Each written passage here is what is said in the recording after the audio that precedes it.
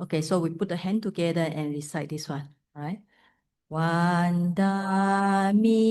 cetiyam sabam sabatane supatiditam Saririkadatu Mahaboding Buddha Rupang Sakalang Sada Vandami Cetitiyang Sabam Sabatane Supatititang Saririkadatu Mahaboding Buddha Rupang Sakalang Sada Vandami Cetiyang Sabam Sabatane Supatititang Saririkadatu Mahaboding Buddha Rupang Sakalang Sada.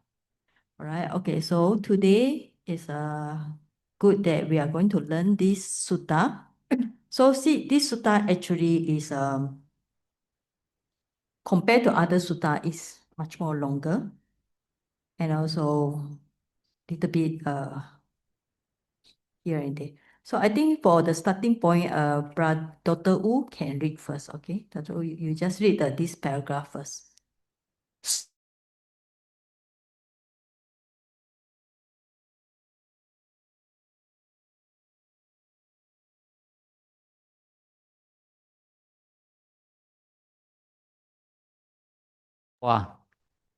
With his passing, Jain ascetics split, divided into two factions, arguing, quarreling, and fighting, continuing wounding each other with barbed words. You don't understand this teaching and training. Once you understand this teaching and training, you are practicing wrong. I'm practicing right. I stay on topic, you don't. You say last what you should have said first. You said first what you should have said last. What you have taught so much about has been disproved. Your doctrine is refuted. Go on, save your doctrine. You are trapped. Get yourself out of this if you can. You think that there's nothing but slaughter going on among the Jain ascetics, and the Nigaṇṭha Nātaputta's white-clothed lay disciple were disillusioned, dismayed, and disappointed in the Jain ascetics. They were equally disappointed with the teaching and training so poorly explained and poorly propounded, not emancipating, not leading to peace, proclaimed by someone who is not fully awakened Buddha, with broken monument and without a refuge. All right. Okay, so in this story, so when you all are studying any sutta, so what is the thing that you all should do is always look at the background story. Because background story is give us lots of information about who are they, all right? So actually I make some notes, this one, all right? So the name of this sutta is in the middle length discourse, and I put the link here. Now, it's, as I said, background story is very important. First one is the Nigaṇṭha Nātaputta. This one you might not familiar with him. But we call it, there are 6 ascetic or heretic teacher at the time. He's one of them. And some they say he's the founder of religion called Jainism. He's a naked ascetic. So according to what I researched, there are 3 ancient religions up to now: Hinduism, Buddhism, and Jainism. Now, this one, if you look at it, actually they are naked ascetic. You go online, look at it, you really can see they are wearing nothing at all. It's this why I don't show it here because we are doing recording. All right. So yeah. So and they are more towards the kind of like practice. There are a lot of information here, but we just skip it. Now, later, so we continue this sutta, so we can find this Nigaṇṭha Nātaputta. It's much more on why we know that they are quarreling with each other. The disciples are quarreling with each other. So because they quarrel with each other, so the other disciple, they are very disappointed with the teaching and training. All right. So poorly explained. After that, what happened? Okay. Now number 2. Okay, next person read it. Yeah. Number 2, all right. Yeah. Number 2 here, just read out, Okay. yes. And then, after completing the rainy season residence near Pava, the novice Cunda went to see Venerable Ānanda at Sama village. He bowed, sat down to one side, and told him what had happened. Ānanda said to him, Reverend Cunda, we should see the Buddha about this matter. Come, let's go to the Buddha and inform him about this. Yes, sir, replied Cunda. Okay. So now we see we have 2, Ānanda and Cunda. Who are they?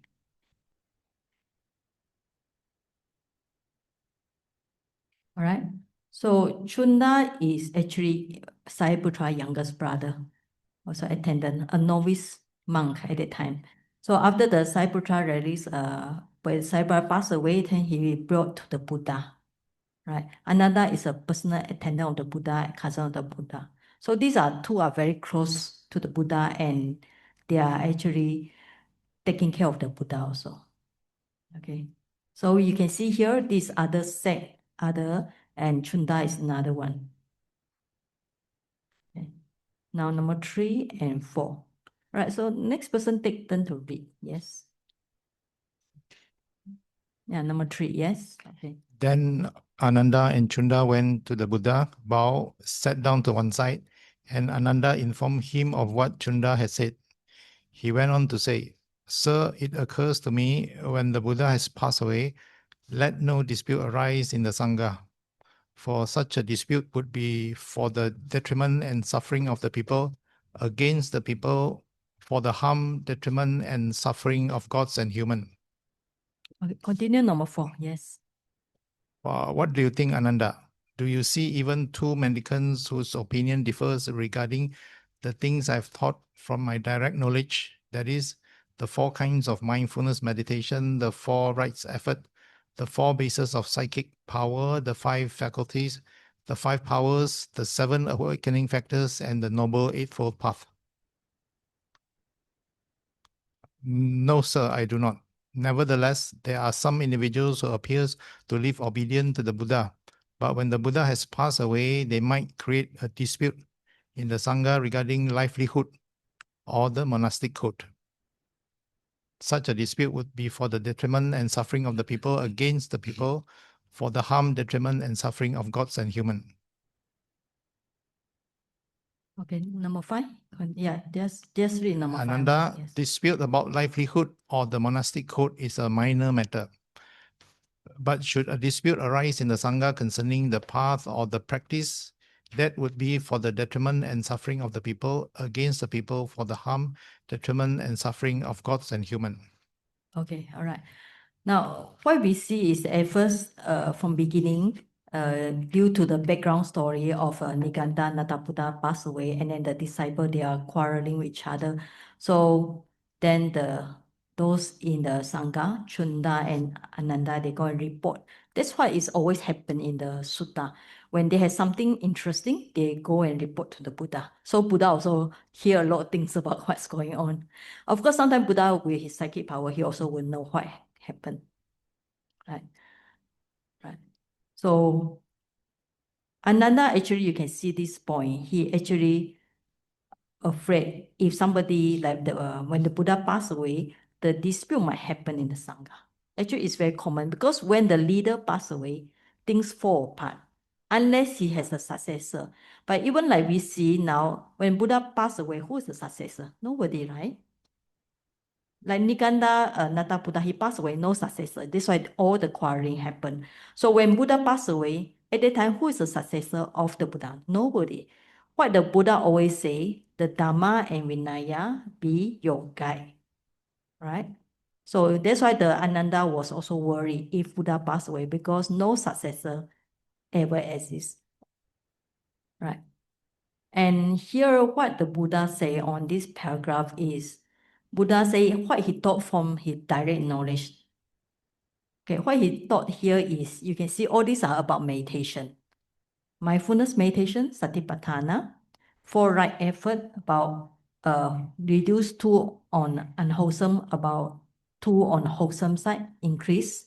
Then the psychic power, 5 faculties also on meditation, 5 powers on meditation, 7 factors, 7 these awakening factors also on meditation, and Noble Eightfold Path. So you can see most here is about meditation. If things on meditation, we will not have any doubts, because you practice meditation, you realize for yourself. How can there be any doubts? Okay, that's why when the Buddha say like this to the Ānanda, Ānanda also replied, no, there are no doubts at all, no disagreement. All right. So on this point, actually the Buddha talking about the right Dhamma. Okay, so I actually put a short note here, right Dhamma. And previously on the this Nigaṇṭha Nātaputta is a wrong Dhamma. All right. So compare the wrong Dhamma and compare in Buddhism the right Dhamma. So you need to do a comparison like this. So then the background story become more significant. Okay, now we continue to read. Okay, number 6. So there are 6 roots of dispute here. So we got 1 here. All right. We invite the next student, next participant to read. Ānanda, there are these 6 roots of disputes. What 6? Firstly, a mendicant is irritable and hostile. Such a mendicant lacks respect and reverence for the teacher, the teaching, and the Sangha, and they don't fulfill the training. They create a dispute in the Sangha, which is for the hurt and unhappiness of the people, for the harm, hurt, and the suffering of gods and humans. If you see such a root of disputes in yourself or others, you should try to give up this bad thing. If you don't see it, you should practice so that it doesn't come up in the future. That is how to give up this bad root of quarrels, so it doesn't come up in the future. Furthermore, a mendicant is offensive and contemptuous. They are jealous and stingy. They are devious and deceitful. They have wicked desire and wrong will. They are attached to their own views, holding them tight and refusing to let go. Such a mendicant lacks respect and reverence for the teacher, the teaching, and the Sangha, and they don't fulfill the training. They create a dispute in the Sangha, which is for the hurt and the unhappiness of the people, for the harm, hurt, and suffering of gods and humans. If you see such a root of quarrel in yourselves or others, you should try to give up this bad thing. If you don't see it, you should practice so that it doesn't come up in the future. That's how to give up this bad root of quarrels, so it doesn't come up in the future. These are the 6 roots of quarrels. Okay, so there are 6. Now, roots here, we can take it as cause, the main cause of quarrels. Dispute means quarrel. People quarrel. Why? What's the reason? So the first one, you can see irritable and hostile, this one. And then after that, offensive, contemptuous, jealous, stingy, devious, deceitful, wicked desire, wrong view, attached to their own view, holding tight, refuse to let go. So actually, when you are learning the sutta, is good. You are kind of like make a homework yourself, like what I do. You write down the root of dispute means that the causes. Okay, so you can just take out the main point like this. Now, when he's used the word mendicant means bhikkhu. First, you can see it's a irritable means same like angry, offensive, jealous, devious, wicked desire, wrong view. So when you look, if you see this in Abhidhamma, for those who learn, what kind of roots? We have 3 main roots, right? Greed, hatred, delusion. So here you can see which root are stronger. Okay, we call it the 3 evil root. So we have greed, hatred, and delusion. So which is stronger here? Hatred is stronger, right? You can say, yeah. Because here, angry also, this one also, right? Jealous, deceitful. But about wrong view or attached, this is more on delusion, all right? So if people have lots of hatred and delusion, they will cause problem, not only in the Sangha, anywhere in society. Yeah, so it's true. Because when people are angry, they don't want to live harmonious. And if they are exist in harmonious society, they will destroy it. You know?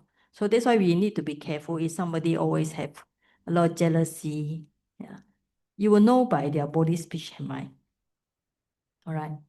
So far the Buddha only say these 6 as a main cause. Now another one we say attached to one's view, holding tight, refuse to let go. All right. So this one and this one, what are the difference? Wrong view here, it didn't say, maybe wrong view of self or wrong view of don't understand the karma. There are many types of wrong view. Okay, so we didn't know. Unless you read the commentary, then you will know what's wrong view here. But another one, attached to own view. That's also something we need to be careful, you know, because sometimes when we say we practice the Dhamma, so are we attached to Dhamma? Some people might say, oh, you are attaching so much to Dhamma also. People might complain you like this. So are you or are you not? What do you think? Okay, yeah. So it's something that because sometimes when we are into Buddhism, we might preach a lot, want to share our Dhamma with people, but some people don't want to listen, right? So some people might scold you back, oh, you are also attached to the Buddhist view, right or not? Do people say you like this? Never?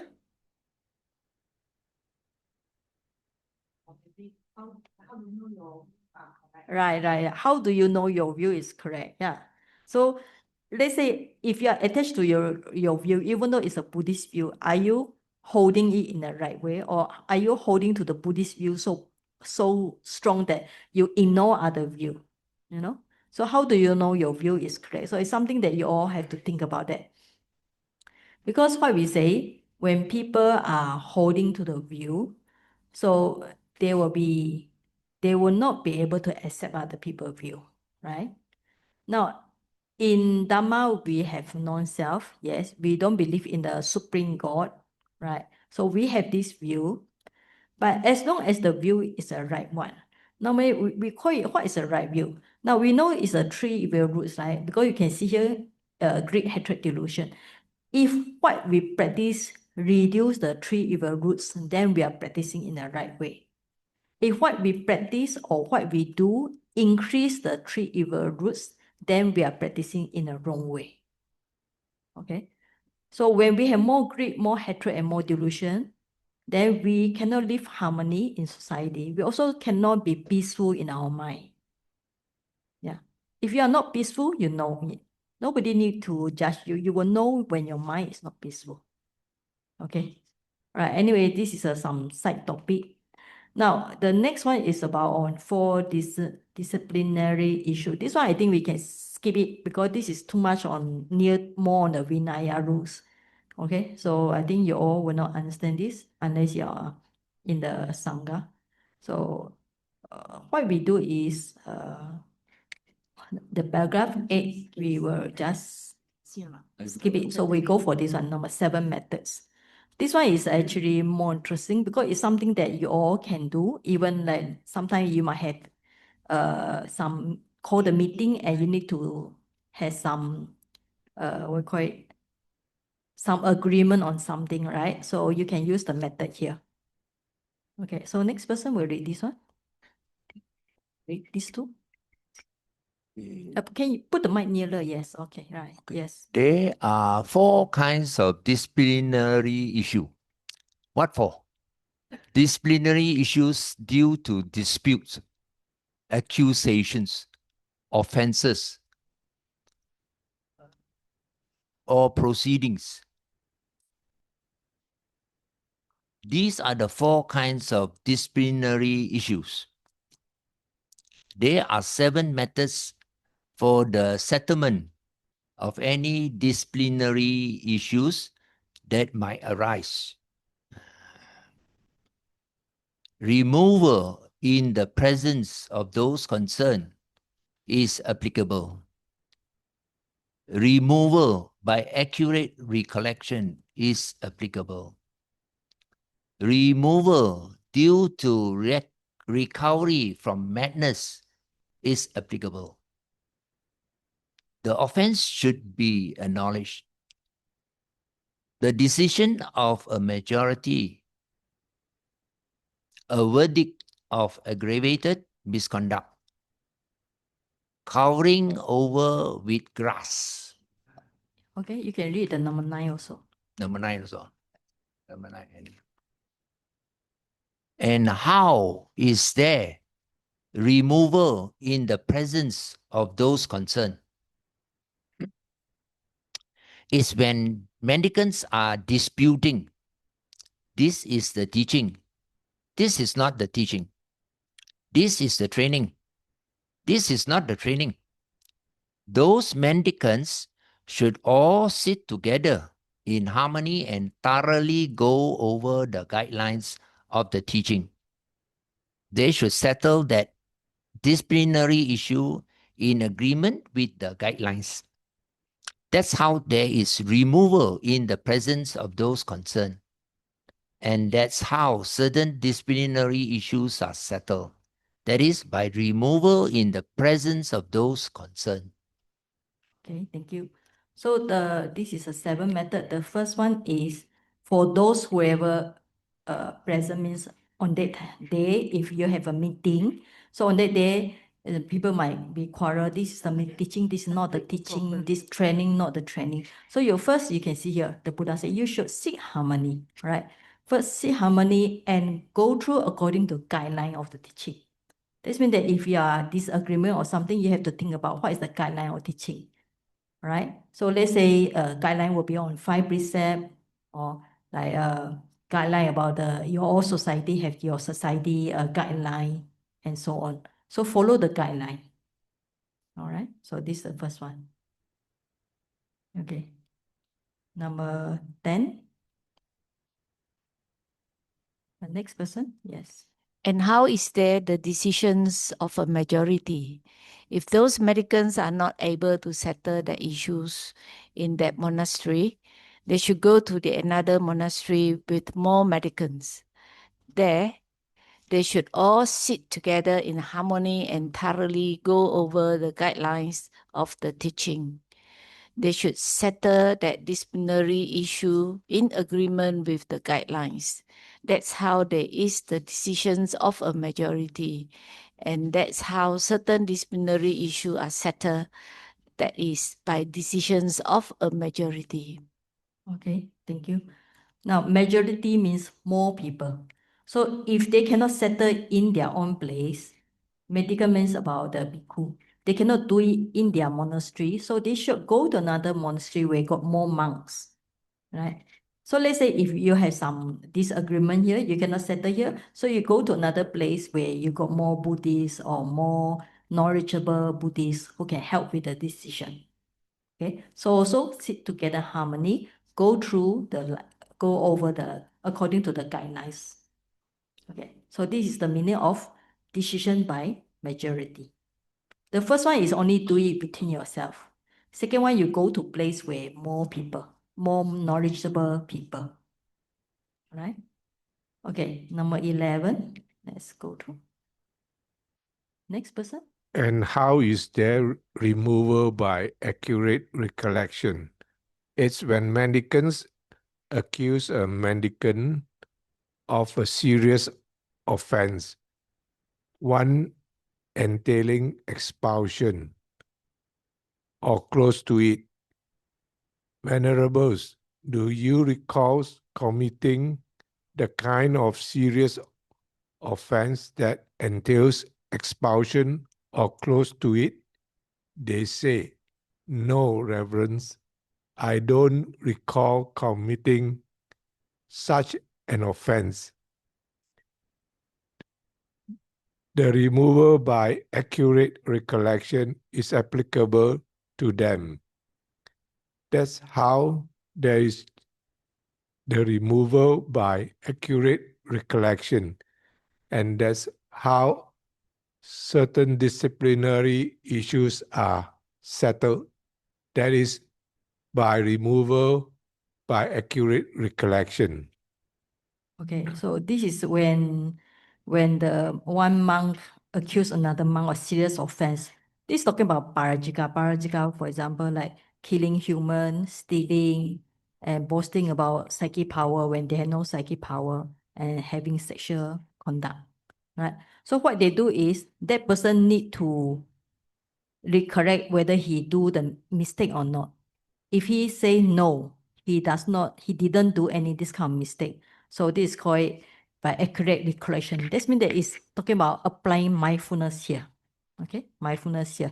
So for him to justify he didn't do it because he remember he did not do it at all. So this is actually more for monks, right? Okay, number 12. And how is there removal by recovery from madness? Is when mendicants accuse a mendicant of the kind of serious offense that entails expulsion or close to it.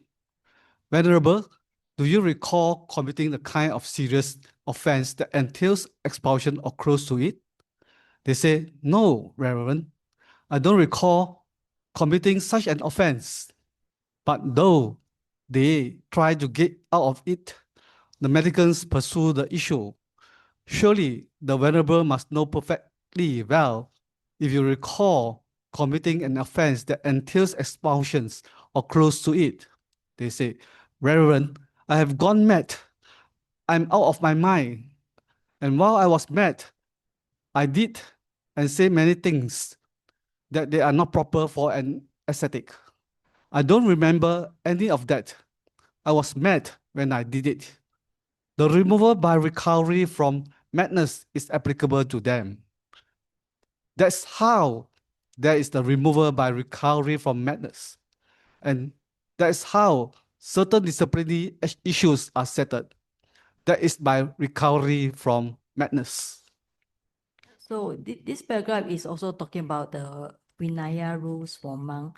So if the monk at that time he say he was having gone out of mind. So at that time he had lost consciousness. He didn't know what he do. All right. So that's a removal by recovery from madness. It's kind of like excuse because he didn't know because he was completely mad at the time. Yeah. Anyway, so this is also the 11 and 12 is also to do with Vinaya rules for monk, right? Okay, now 13 also same. So this paragraph will be also same for monk's rule, right? 13, let's read out together for. And Yeah. how is there acting according to what has been admitted? Is when a mendicant, whether accused or not, recalls an offense and clarify it and reveal it. After approaching a more senior mendicant, that mendicant should arrange his robe over one shoulder, bow to that mendicant's feet, squat on their heels, raise their joint palm and say, Sir, I've fallen into such and such an offense. I confess it. The senior mendicant said, Do you see it? Yes, I see it. Then restrain yourself in future.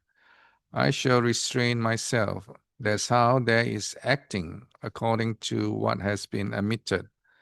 And that's how certain disciplinary issues are settled. That is, by acting according to what has been admitted.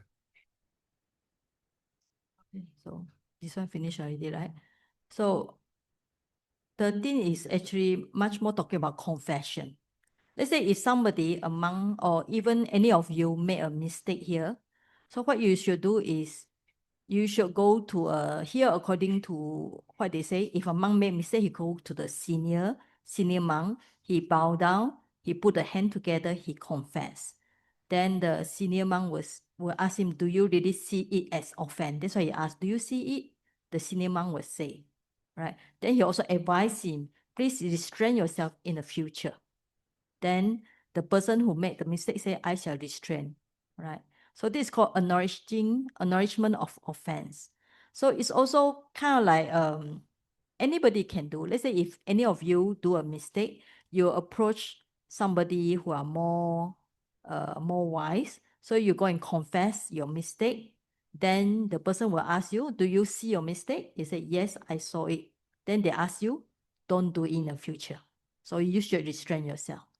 So even as between anybody, you also can do this, because it's a kind of like by telling people your mistake, you're actually you're confessing it. By confessing it, the people actually sharing we call it your guilt feeling towards others, or let go your guilt feeling towards others. And by saying so, and also people will advise you, then when you accept the advice, means you already made a determination to do good. All right, so it will help you to not to do the same mistake again. All right, so yeah, then this is number 6 already. Okay, it's a quite long paragraph. 14. Okay, next person. And how is there a verdict of aggravated misconduct?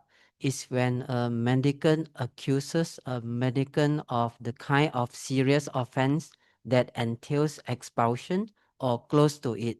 Venerable, do you recall committing the kind of serious offense that entails expulsion or close to it? They say, no, Reverence, I don't recall committing such an offense.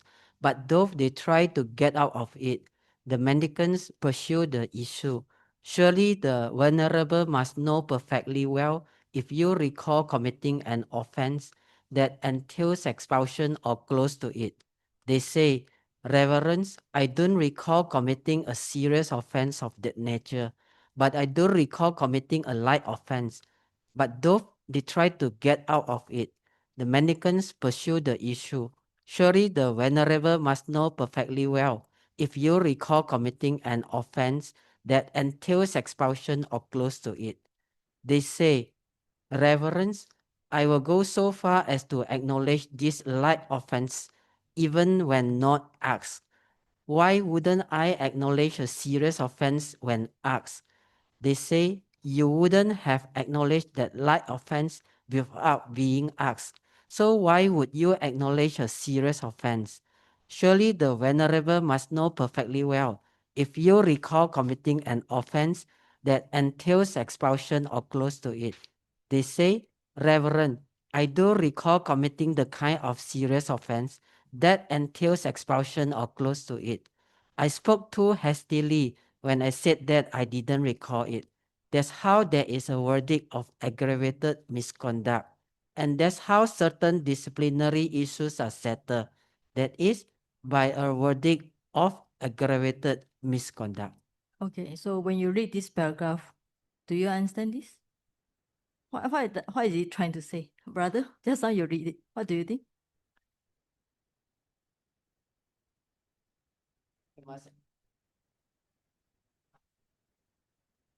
Quite confusing. Yeah, he just say that somebody made a mistake, but he didn't admit it. A monk made a mistake, he didn't admit it. So somebody keep on press until he say, yes, I recall it. You know, because first when he say, he say, I will admit when he did a light offense, means that not so serious mistake, right? But he say, no, he say at first he say I will acknowledge it, but the person who really check, he say, no, you never acknowledge even you made a light mistake. So when you make a serious mistake, you will never acknowledge it. So he press it until that person admit that he made the serious mistake. That is quite serious, that he might be we call it kicked out from the Sangha lah. Quite serious mistake, but not kicked out yet, right? Yeah, that's the meaning of verdict of aggravated, means verdict somebody make say this is a serious mistake, serious misconduct on the side. So force him to acknowledge his serious mistake. Just means that don't let him get away with this. Okay, it's a quite long one. Okay, now this one is easy. 15.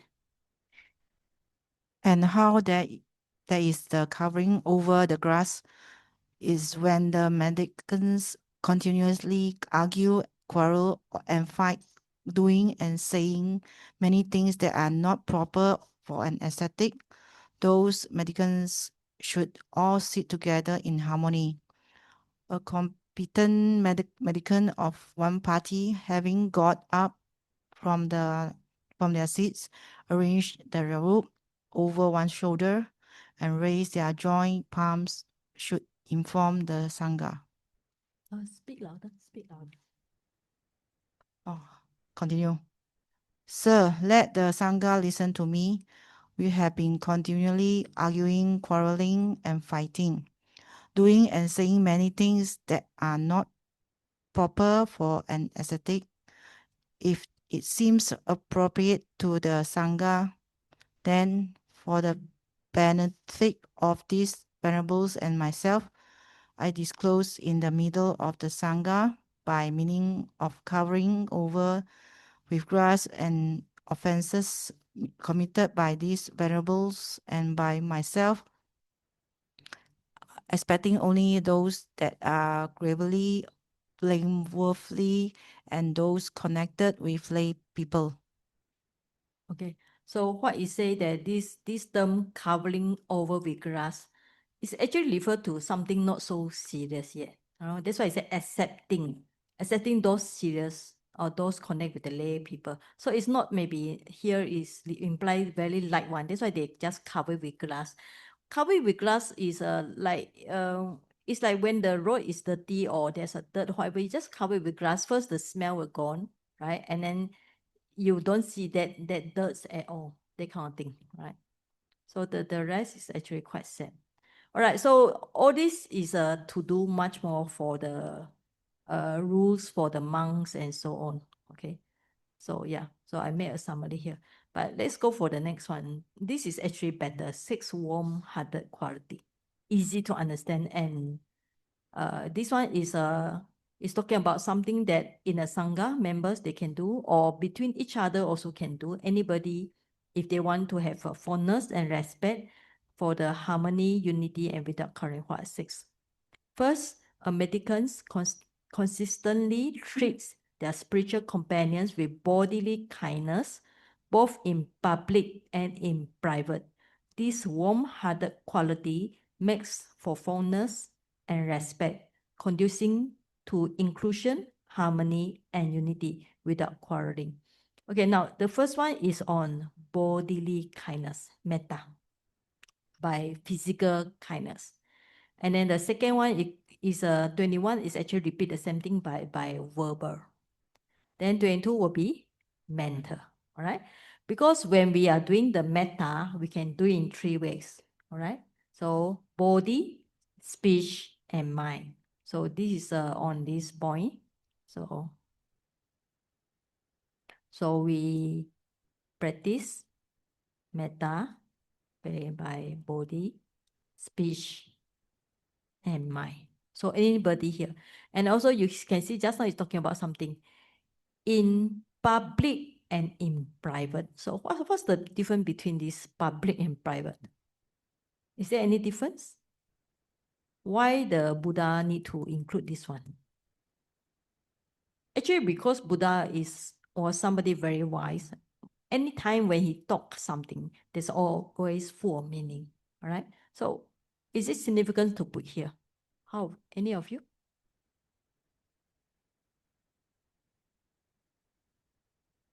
Do you see the difference between these two? Okay. Now, private means maybe in your home or personal or with each other or with only one person. Public is like, for example, some people can be pretentious. In front of public, he say, oh, hi, you're very nice, you're very good. But go back home, we could scold that person. Do you see that?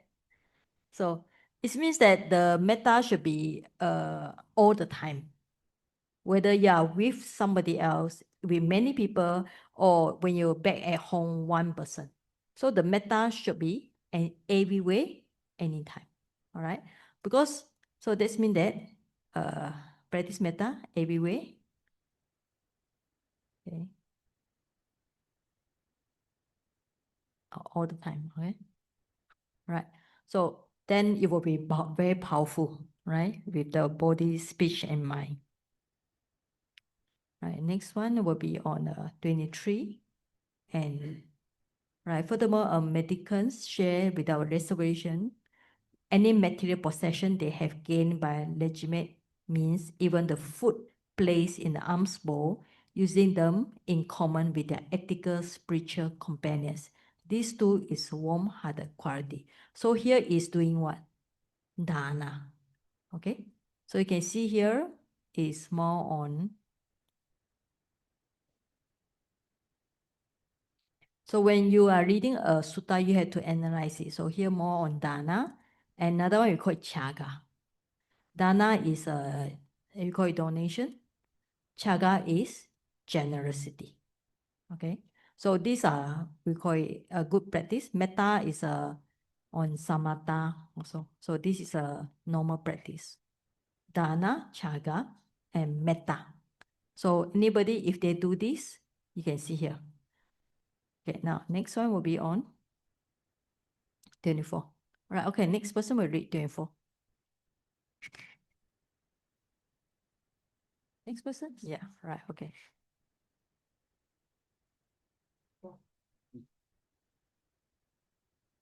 Furthermore, a mendicant lives according to the precept shared with the spiritual companions, both in public and in private. Those precepts are unbroken, impeccable, spotless, and unmarred, liberating, praised by sensible people, not mistaken, and leading to emotion. This too is a warm-hearted quality. Okay, yeah. Furthermore, Yes. a mendicant lives according to the views shared with the spiritual companions, both in public and in private. That view is noble and emancipating, and leads one who practices it to the complete ending of suffering. This too is warm-hearted, is a warm-hearted quality. Yeah. Continue. Yeah. These 6 warm-hearted qualities make for firmness and respect, conducing to inclusion, harmony, and unity without quarreling. If you should undertake and follow these 6 warm-hearted qualities, do you see any criticism, large or small, and that you could not endure? No, sir.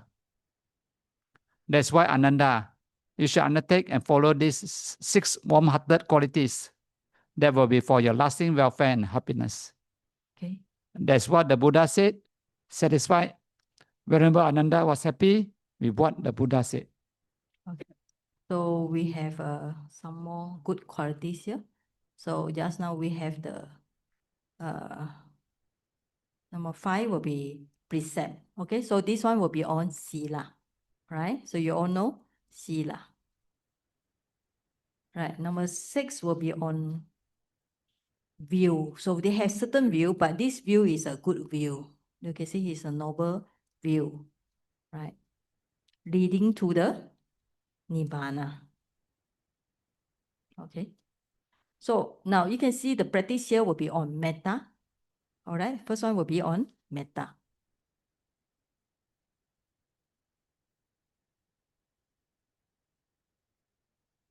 Okay, so you can see here. So you have metta. So you have these 2. Then you also have sila, precept, all right? Sila means morality or precept. So then they have the also right view. Okay, so this is considered right view. So you can see this when anybody, not only in Sangha, anybody, if they have danas, chaga, sila, metta, and having the right view. So they will have love, respect to each other. Okay.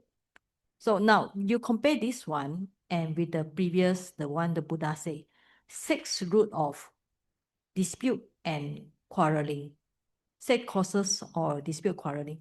You can see here, they're having hatred, having delusion, having wrong view, and so on.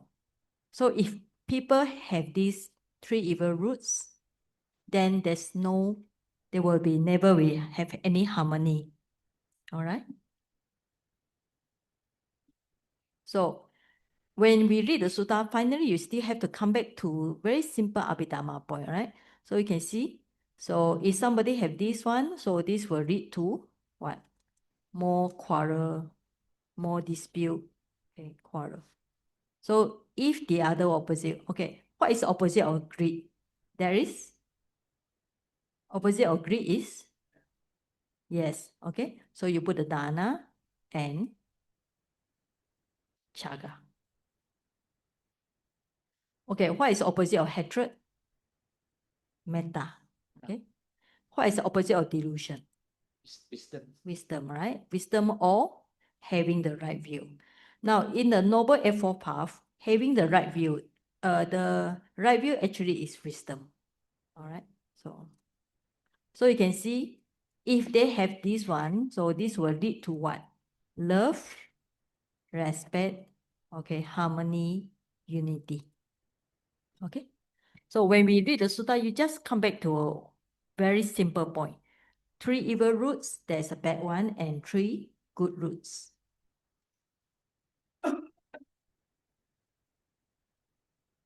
Now, is it easy to understand? Right? Easy. So the rest is much more on those Vinaya rules, about those, what is it? So the first one is say, okay, we just revise from beginning, all right? So first, why after the Nigaṇṭha Nātaputta, founder of Jainism, break out, then the disciples start to quarrel because the Dhamma never in the right. The Dhamma is not right in the first place, all right?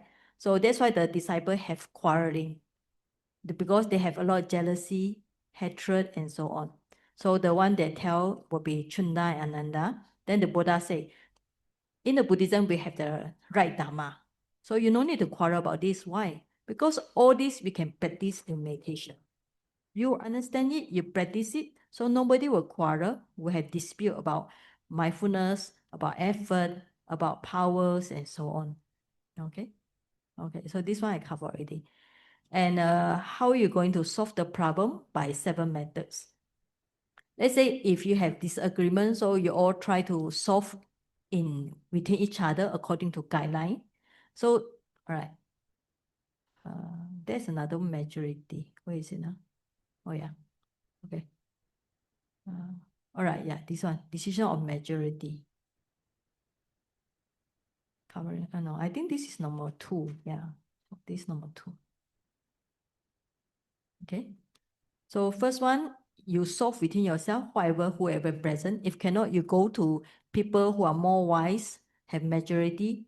Okay, and then correct for the correction, the mistake, if by mindfulness, and those who recover from madness, and offense should be acknowledged. And then if they got problem, they should be acknowledge the problem also. And finally, cover away class. So these are, some are to do with the rules. So this one, I think we cannot apply much, except maybe 1 and 2, you can apply in your life or in your society. But the best one will be the last one here, all right? So this is more applicable to you all, any lay people, okay? All right, so I think we managed to cover the sutta today. So this sutta is difficult because it has something to do with Vinaya rules, all right? Any question? So we see the...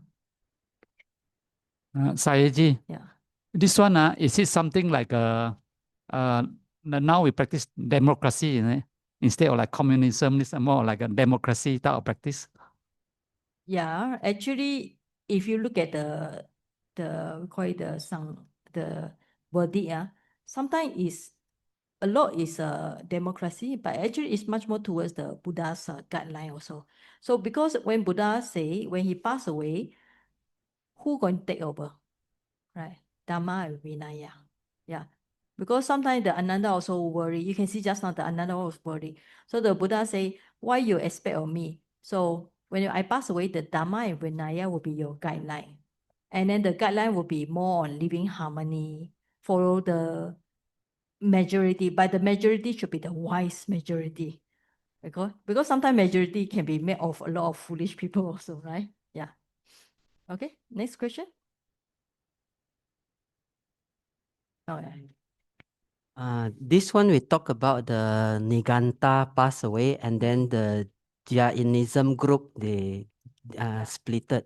But then after Buddha passed away, now from the history we know that they also splitted to many schools. That is many years later. Yeah.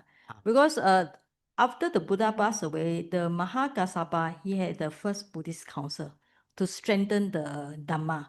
So at that time, many arahants, they came to recite the sutta together. So the one spreading out is happened at the many hundreds years later. It's not immediately. Okay. So have you read about the sixth Buddhist council? Yeah. Yeah, okay. So during the first Buddhist council, still okay. Second Buddhist council, still okay. Then at the third Buddhist council, they have some spreading out, right? So that's why the King Asoka, he want to purify the Sangha, right? And then fourth Buddhist council is being written down, all right? Then the fifth Buddhist council is at Mandalay. Sixth Buddhist council at Yangon. So that's why it's good to go to Myanmar to see even I think some of you see the stone, right, where they wrote all the Tipitaka on the many stone. That is a fifth Buddhist council. So it's only at this second Buddhist council. First Buddhist council, no problem, because at that time many arahants. During second Buddhist council got some problem.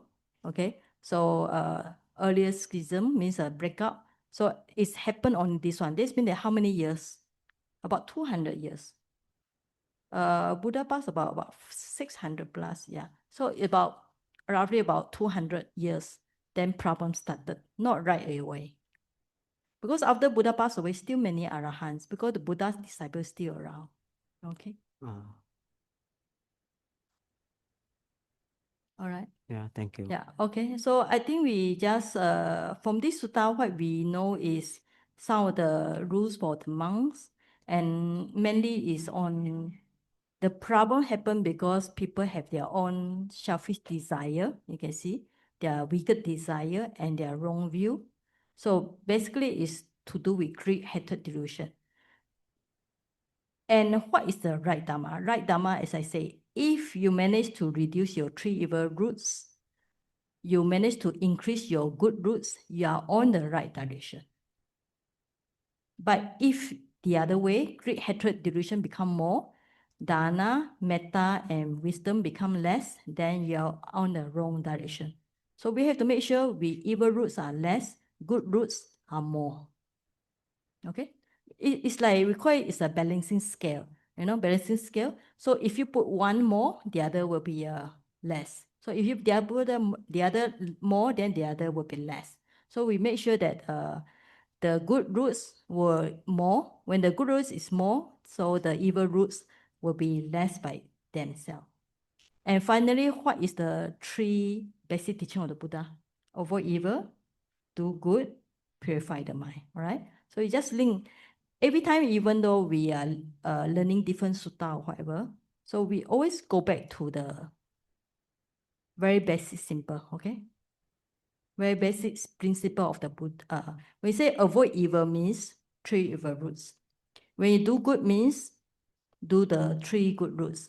Purify the mind means either by samatha or vipassana.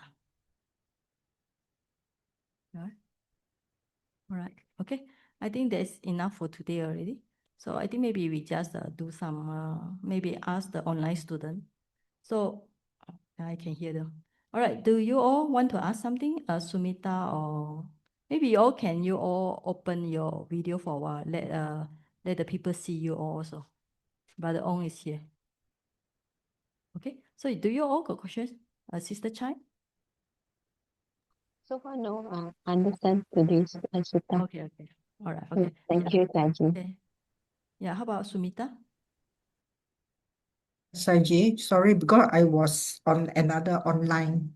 Oh, okay, no Just problem. check in. Okay, right. How about Sim? You got a question or not? No, okay. All right, okay. So I think we just leave it like this. Okay, now we just do a simple sharing of merits. All right. Now, before we finish this sutta, so what do you understand from this sutta is just do a simple sum up here. So if people have these three evil roots, no matter they live in society or live with themselves, there's endless problem. But if they have good roots, dana, metta, wisdom, they will be harmonious with themselves and with others. Right? Yes, Dr. Wu? Yes. Saji, can we say that avoid evil means you follow the 5 precepts? Yeah, avoid evil by keeping 5 precepts. So yeah, that's also included in just now having the sila, right? Yes. And then Okay, do good is the positive part of the 5 precepts. Like for example, we say do not kill, then okay. you become metta. Yes, yes. So by actually these three are related to each other. When you avoid evil, automatically your mind towards good, right? So automatic one, right? So when you're keeping the precept, you start to do good. When you don't kill, this means that you're having compassion. You don't steal means you are contented, right? You don't take intoxicant means you are trying to keep a pure mind. Yeah, they are all related to each other. Okay. The purify the mind, the part just a bit difficult to understand. Purify the mind very simple by meditation. Now, we have 2 types of meditation. One is the samatha and vipassana, right? The difference between samatha is samatha only give you temporary, even you get first jhana, second jhana, third jhana, whatever. This is we call it calm. It just calm down the mind. But if you start to see the anicca, dukkha, anatta, right? Impermanent, suffering, non-self, then your mind start to let go. Whatever impermanent, it never bring happiness. That's why impermanent give you the idea of dukkha. And after that, you start to understand we don't control, never control, even our own body. The more we getting aging, there's various problem in the body. Right? So you all can feel it when you're over 50, 60, you know. That's why you need to go one hospital, go to see one doctor, another. I also need to go to this doctor and that doctor. That shows the nature of anatta in the body. Yeah. And also, when we practice meditation, we start to know we don't really control the mind, you know. When we see happy object, the mind will be happy. But when we see sad object, the mind will be sad. Because it's not easy to control the mind. But we still need to train the mind. The moment we're more training the mind, so the mind will be more pure. Okay. I think that's enough. So we just do a short sharing of relics. So, and you all join me also. So normally it's easy for me to share the screen like this because the online student also can see. What we do is actually, it's good to just do a very short loving kindness. Like just now we say, metta reduce the hatred. Okay, so we just put the hand together and chant.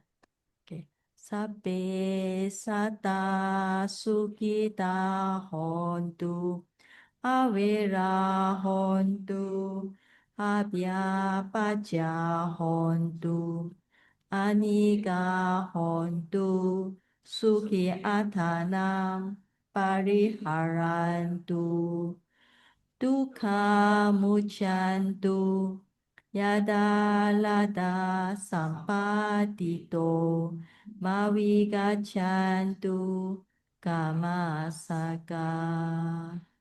Okay, we do this one.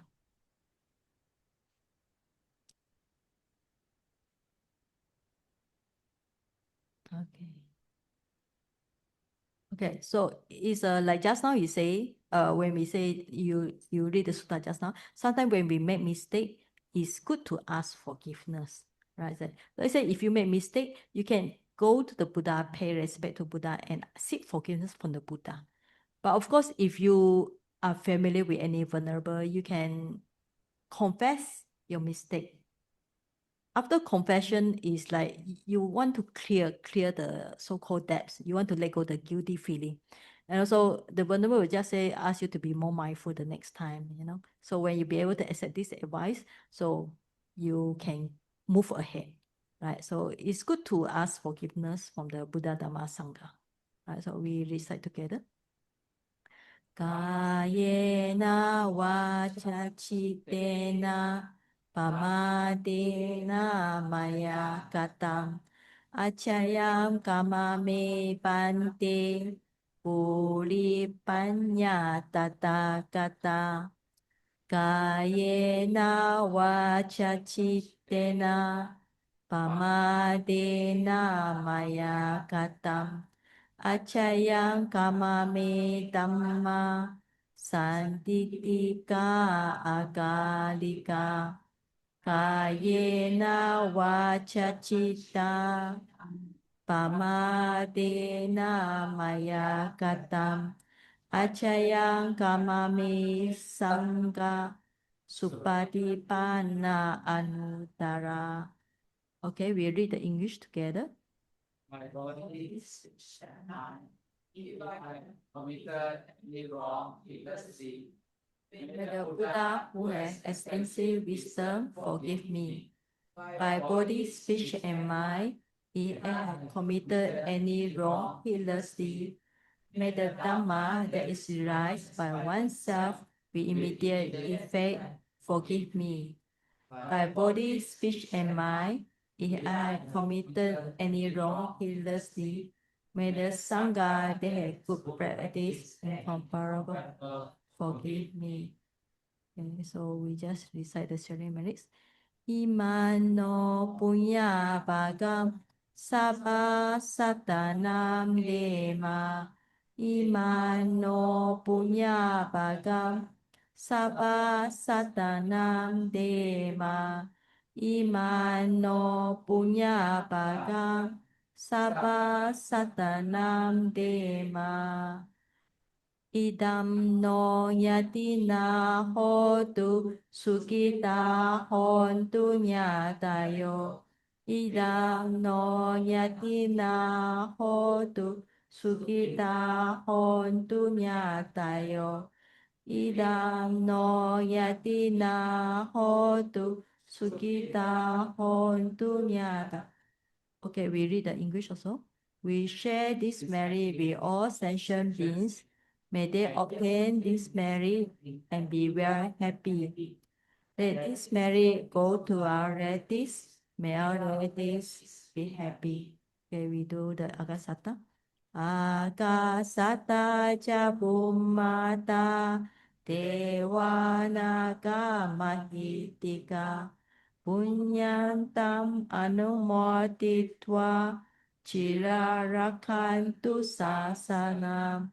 Agasata ca bummata devanaga mahitika punyantam anumoditva chirarakantu desanam. Agasata ca bummata devanaga mahitika punyantam anumoditva chirarakantu mamparanti. Okay, blessing. Arurarogya sampati saga sampati mevacha adonipana sampati imena te samijato. Longevity, good health, a rebirth in the heaven, and the attainment of nibbana may achieve this by this merit. Devo vasatu kayena sasa sampati hotu cha pito bhavatu loko cha raja bhavatu dhammiko. May the rain fall at suitable times. May the crop be abundant. May the world be prosperous. May the king be righteous. Okay, finally we say this one. Buddha sasanam chiram titatu. Buddha sasanam chiram titatu. Buddha sasanam chiram titatu. May the Buddha dispensation teaching last long in the world. Sadhu, sadhu. Okay, pay respect 3 times. Okay, thank you online student for joining this class. Thank you, Saji. The next session will be on Friday, all right? Okay. Yeah, you're yes. Friday, Thank you, Saji. 7:30, I will start the Chinese only. After that,